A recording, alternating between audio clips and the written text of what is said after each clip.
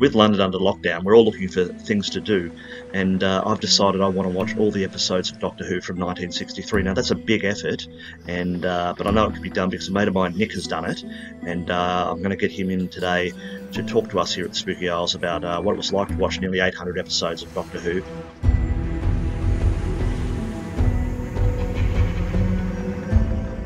Hi, welcome to the Spooky Isles. My name is David Saunderson, and today we're doing something a little bit differently. I'm getting advice. I'm getting some advice. As we're all locked down in because of the coronavirus, we're all looking for interesting things to do, and I thought I've discovered BritBox has all the classic episodes of Doctor Who here in England, and I thought that'd be a great opportunity to watch all the episodes. And I thought, well, can I do it? I said, well, of course I could do it, because a mate of mine, Nick James, has done it before. He's sat there and watched all the episodes back to back. Well, maybe they weren't back to back, but he's going to tell us. How are you, Nick? I'm not too bad considering, and I will correct you. They were back to back. Back to back. So what? So you didn't leave your computer? You didn't leave your TV computer any time during those 700 and something odd episodes? Well, okay, if you mean back to back in that sense, no. But I did watch them in chronological order. Okay, well that's good. Now I'm jealous of your scarf. I'm wearing a scarf and I'm wearing a Doctor Who T-shirt, but I believe you that looks pretty authentic. Tell us about that scarf. This one, oh geez, I've got a few scarves. This one I think was a present from my aunt. It is Fourth Doctor, screen accurate, doubles as a face covering for when I go out, and manages to keep people away from me, both because of the pandemic and because I'm clearly the sort of person who'll wear a Doctor Who scarf out in public. So it hits the floor, does it? Is it a really nice scarf? This one doesn't. No, this is more of the functional one. I do have a hit the floor scarf as well. The one thing I'm missing is the latter stage Tom Baker scarf, which had more of a purple theme going for it. But I do prefer this particular very obvious early mid-70s colour scheme. It's a lovely scarf, and I congratulate you on it. Oh, thank you. So I do recognise the scarf because I grew up in the sort of the late 70s, 80s until now, and so Tom Baker was possibly my first Doctor, but it was more Peter Davison. So I really never really saw many Tom Bakers. So I kind of jumped in there straight away with Genesis of the Daleks, and but you're telling me I really should start from the beginning. There's a lot that you get out of watching it from the start. Now, I did all of this prior to the 50th anniversary, so it was a few years ago now, and I did manage to find all the episodes online, including the reconstruction ones, perfectly legitimately, Your Honour, and so going through all of them back to back, you do get a bit more of a feel as to what it was like watching it in the 60s. Of course, I didn't do it waiting week to week for each episode, but you can see a very, very clear difference to how things were back then, because of course I'm looking at it all with hindsight. At that point in time, they had no idea that it was going to be the thing that it is today. They had no idea that TV shows would even be repeated. Back then, of course, they made each episode as a sort of one and done. They were made for a TV screen, which was probably about the size of the tablet that I'm looking at now, possibly even slightly smaller, definitely lower resolution. And so when they made these things, the production values were very different. But the one thing that they really did do well was the scripts. And of course, because they weren't expecting it to be as it is now, continuity wasn't quite didn't have the importance that it has today. And of course, they didn't have the background, they didn't have the lore. There was no such thing as regeneration in William Hartnell's seasons. There was no Time Lords, there was no Gallifrey. So looking at how things were back then and watching them develop, sort of in real time, it was an incredibly interesting way of getting a new appreciation for the show. So was this the first time you'd seen William Hartnell as the Doctor? No, I remember must have been Ooh, probably the early 90s when The Unearthly Child, his very first story, came out on VHS. And I got it for Christmas one year. And so I watched him then. I watched The Daleks and a couple of other of his stories that came out on VHS back in the day. But this was the first time I really sat down and watched them as a block. And definitely it was the first time that I'd seen any of the reconstructed stories. And some of them, I've got to say, they're absolute treasures, real losses to fandom and to, screen history in a way. Some of them I've got to say probably work better audio only because you're able to fill in what's missing in your own mind, which is probably going to be a bit better than the production values that they had in the early to mid 60s. But at the same time, because they were doing something that was very new, they felt free to do some different types of stories, go in very different directions. And if you look back at them now, some of the stories that they did then were incredibly dark, even by today's standards. I'm thinking particularly The Massacre, or The Massacre of St. Bartholomew's Eve, as I think it's kind of technically known as, which was set around a period in French history when a bunch of or I'm not quite sure how to pronounce it because I've only ever really seen the word written down, but Huguenots or Huguenot. It's called Huguenot. There you go. French Protestants were just set upon one night by the Catholics and slaughtered, basically. So they set an episode around that in William Hartnell's reign, and it was that was a really dark story, being around the subject matter that it was. And interestingly, it also had the first instance of where the actor portraying the Doctor also played someone else in the series as well. So that was one end of the spectrum in terms of the type of stories that they told. And down the other end was The Mythmakers, which was set around the Trojan War and was essentially pantomime. Very much in the "look out, he's behind you" type of story telling. And so that one was one of my favorites, just listening to, because unfortunately there's only a few photos of that story, no episodes left at all. So essentially it's a slideshow of a couple of photos with the audio going on. And that genuinely was one of my favorite episodes of the entire show all up, even though there's actually pretty much none of it left. Okay. Well, we're talking 26 series here between 1963 and 1989, not including the film, which came out in 96. Did you give yourself a plan? Did you give yourself a timeline of how long it was going to take to watch all these films? You must have been able to calculate, 20 minutes times, 764 episodes or whatever it's going to be. I gave myself 3 years. So I started in 2010. With the end goal of it being, the 50th anniversary in 2013. And so essentially I didn't, well, at least I don't remember sitting down and mapping out a timeline as to how long it was going to take. But I did find a podcast at the time of some people who had done something similar. I think it was called Bigger on the Inside. A couple of Americans who sat down and watched 2 episodes a week over that period. And so I kind of tried to keep up with them.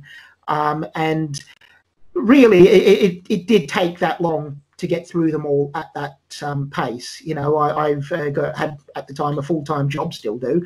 And so would often try to watch 2 or 3 episodes a night, keeping in mind that story length, especially in the early days, was somewhat random, going from 2 episodes all the way up to 12. So it could, some weeks were a lot more Who heavy than others. Yeah, one of the things that I've noticed is that in modern Doctor Who. Mhm. There's sort of, as you say, you've got an hour, maybe it might be a two-parter, but essentially you could watch it in quite a lengthy way without stopping. Whereas the old episodes would stop after, because you might have had, short episodes, and then you'd have your cliffhanger, and then you'd have to come back. So you'd have lots of stopping and starting. Mhm. How did you cope with all that? Because did that become frustrating, or was it more exciting because you got the do do do do? Yeah, it was very different because there was obviously that different style of story. Back in the day, of course, it was a half-hour show once a week, so they only needed to keep your attention for a short period of time.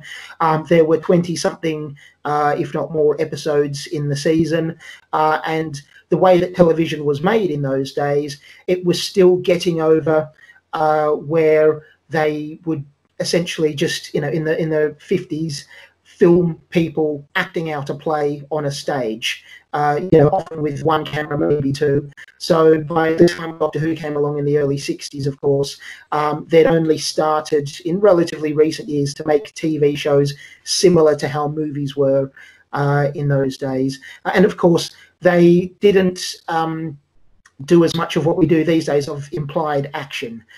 So, if someone walked out of the room, they would pan the camera and show that person walking out of the room, as opposed to them just leaving the camera, the shot, and the viewer implying that. So there are a lot of scenes that went on for a bit longer than they would these days, which tended to pad things out.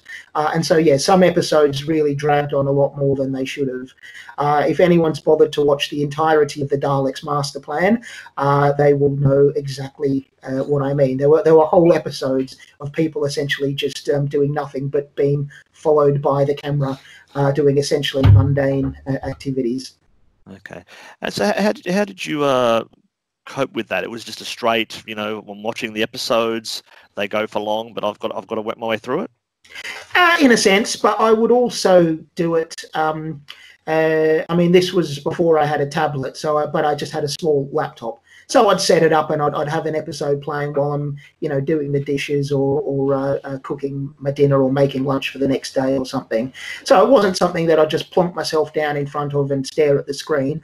I would allow myself to do other things. And with some of the reconstructed episodes, it worked a little bit better like that because you didn't have much to actually watch. Some of the reconstructions had more photos than others, and so it was essentially, you'd have a changing photo every 5 or 10 seconds, so you'd get a sense of the action. And others, you'd have the same photo for 5, 6, 7 minutes at a time because they just didn't take that many photos of some of the stories. And so for those, it was quite easy to be doing something else at the same time. What I'm gonna run the doctors' names past you, just and tell us what you thought of the general series, each of the the doctors. So start with William Hartnell. William Hartnell stories, like I said, they were really finding their feet and they were doing a lot of experimentation around the general theme of the central character of the show, and so it was quite a hodgepodge of episodes, but very enjoyable. You're missing quite a lot of those, though, aren't you? Though there's quite a lot missing from that time. There's more missing from Troughton, interestingly, in terms of the percentage of stories. And often within the Hartnell stories that are missing, you'll have an episode here or there which is present, with another one or two from the same story missing. So you'd be able to watch some of the story, but with Troughton, it tended to be a lot more entire stories were missing. Okay, well, tell us, Patrick Troughton. Troughton is one of my favourite doctors. He's just his whole demeanour. He really got into the role, and really he was where the current character of the Doctor started to really manifest itself. So in a sense, he was the first Doctor as we know the character today. More eccentric, more, flute and all that kind of thing. Yeah. Hartnell was really your grumpy old bugger, whereas Troughton was much more the sort of, moral character, pretty sure slightly flawed under there, very strong sense of ethics, but also very fond of his companions and would, be very protective of them as well, even if he could be kind of patronizing and supercilious at times. Okay, so now we're going on to John Pertwee. Yeah, he was, it's been said before, he was your James Bond He's type fantastic. of doctor. I just love Oh, him. it's amazing stories. Some bloody stupid ones as well. I don't know if anyone's ever seen Invasion of the Dinosaurs, but basically the way that they did the special effects there was get a couple of the old school plastic dinosaurs that you'd have from the Science Museum when you were a kid, and you'd almost see the people's hands on screen, kind of like sort of bumping them together.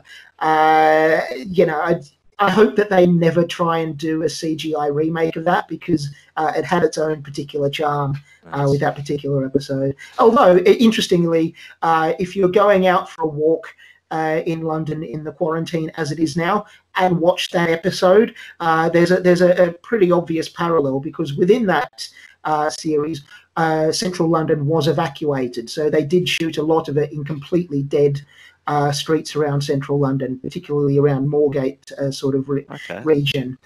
So if you're looking for relevant Doctor Who episodes at the moment, that's one of them. The Invasion under Troughton, I think they did the same thing. Web of Fear. There are a few stories that do involve central London being evacuated. Well, the Talons of, I want to say Wang Chung, but it's not Wang Chung. What is it called?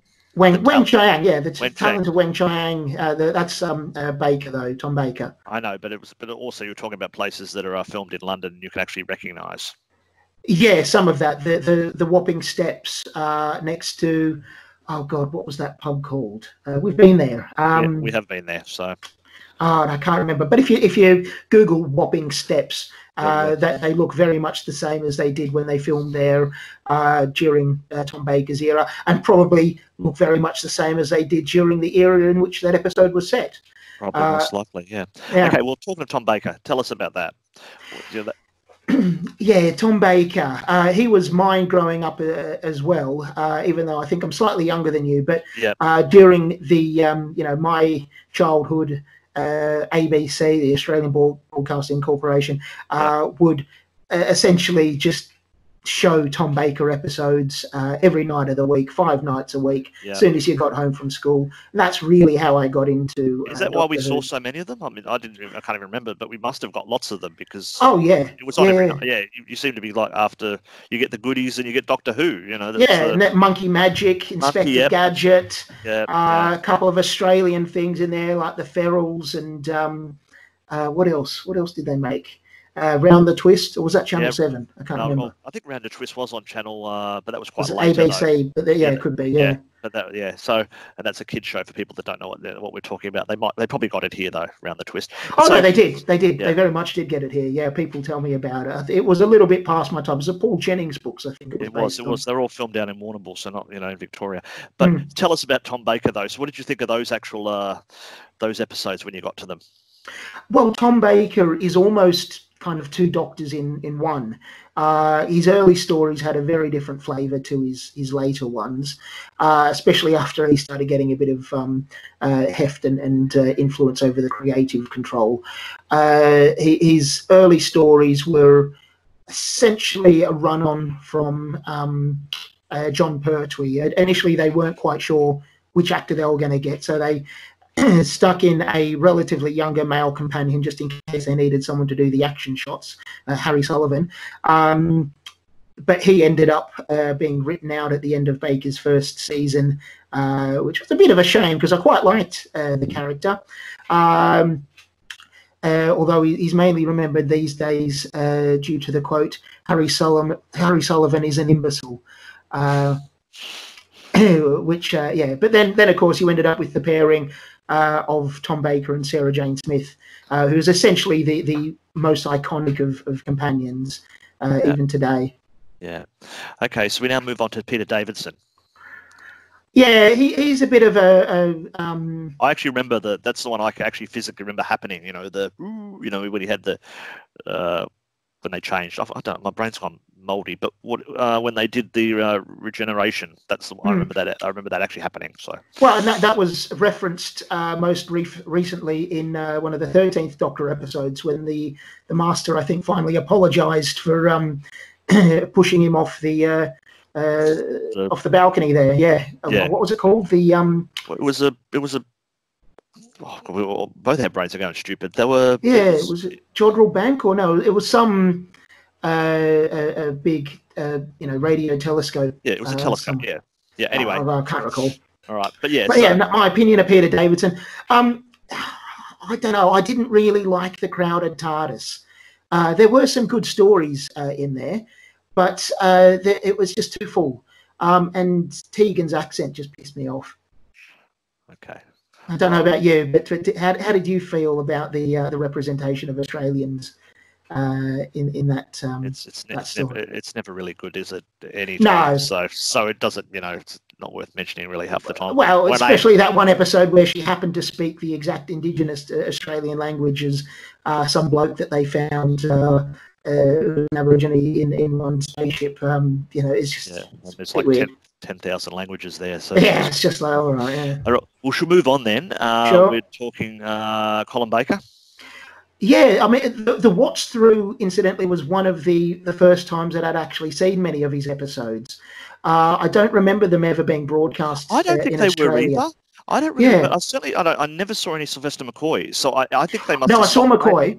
I think they must have stopped playing. Maybe there was a bit they missed because I just remember it sort of dwindled after Peter Davidson, and that was it. So maybe it was stuck on too late at night for us to watch as kids, or whatever. But I'm sure they would have played them because there was a big Doctor Who fan base in Australia at the time. They cancelled it though, so in Britain, yeah. But then, of course, during the cancellation period was when they were still syndicating Doctor Who in Australia every day. So you would have had a different fan base, and there was a bunch of TV shows in Australia that were doing well there that they cancelled in Britain, which they started. We were still watching Love Thy Neighbour and Bless This House and Father Dear Father and all these shows that have been what was it? Mind Your Language and stuff like that.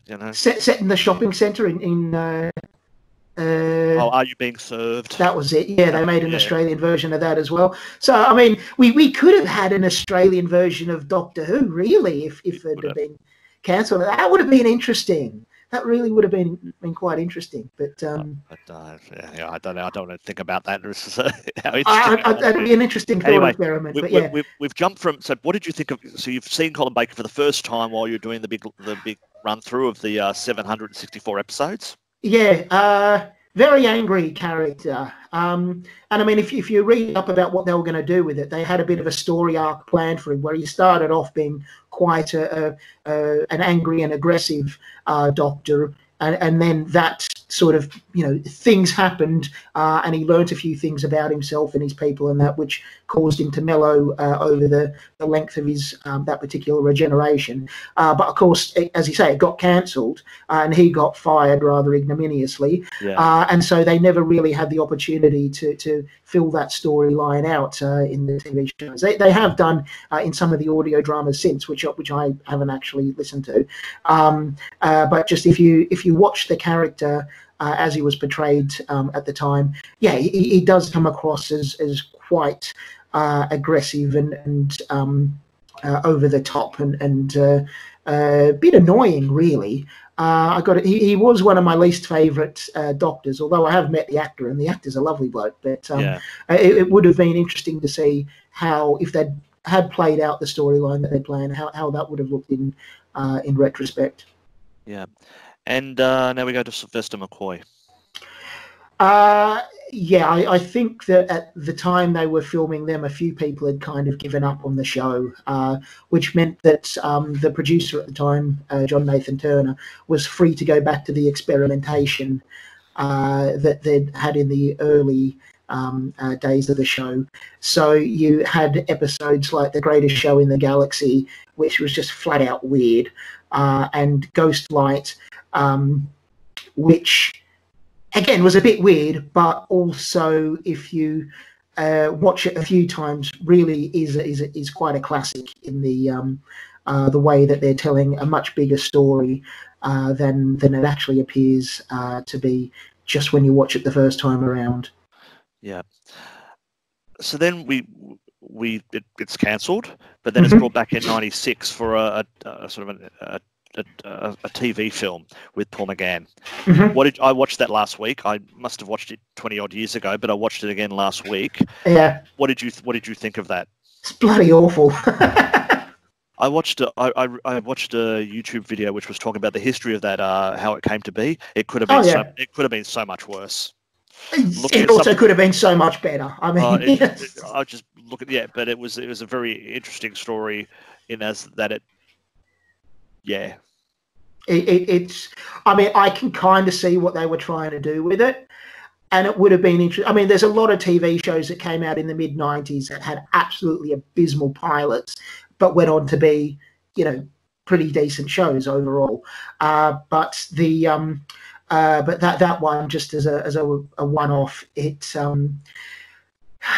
no, I didn't like it. It's kind of a bit like a Highlander versus like a 20, chucking a bit of 21 Jump Street there, and it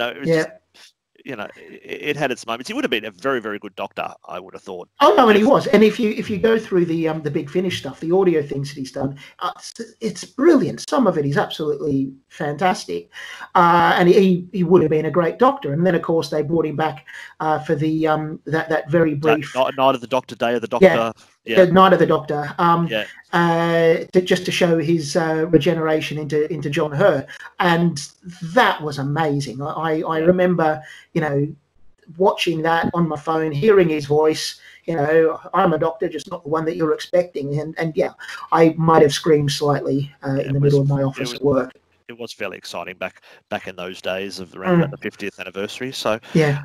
Now I'm going to leave with last night I watched the Doctor Who and the Daleks with Peter Cushing for the first time last night, and through having watched the first few stories of William Hartnell, I understood that it was basically a remake of when the Daleks are first introduced. What did you think of the actual movie?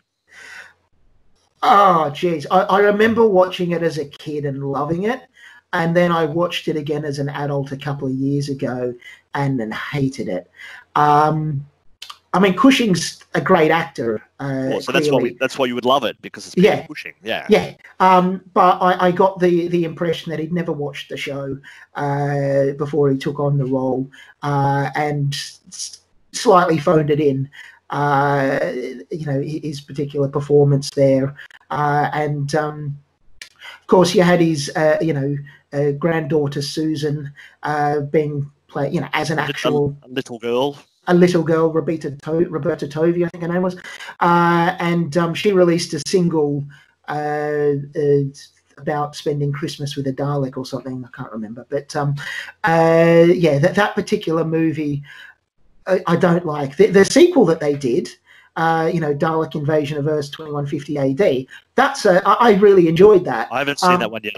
I got this on Amazon last night. You can get both of them on Amazon, so I've just watched the first one. So I'll watch the second one. The second one I enjoyed a lot more. They by that point the first movie had been something of a success, so he put a bit more effort into playing the Doctor this time around. Obviously they used the same story as for the TV show.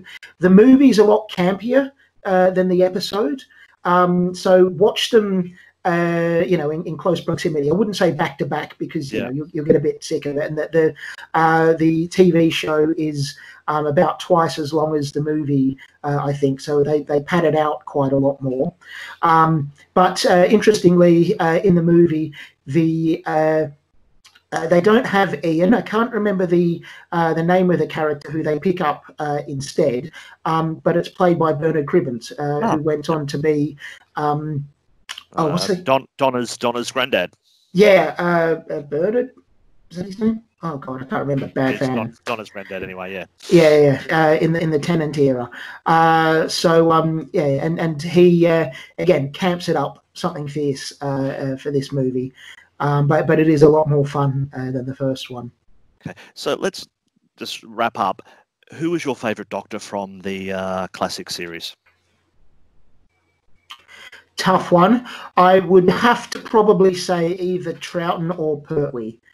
They're very different characters, kind of slightly in opposition to each other, and that was played up quite a bit in the Three Doctors and the Five Doctors. But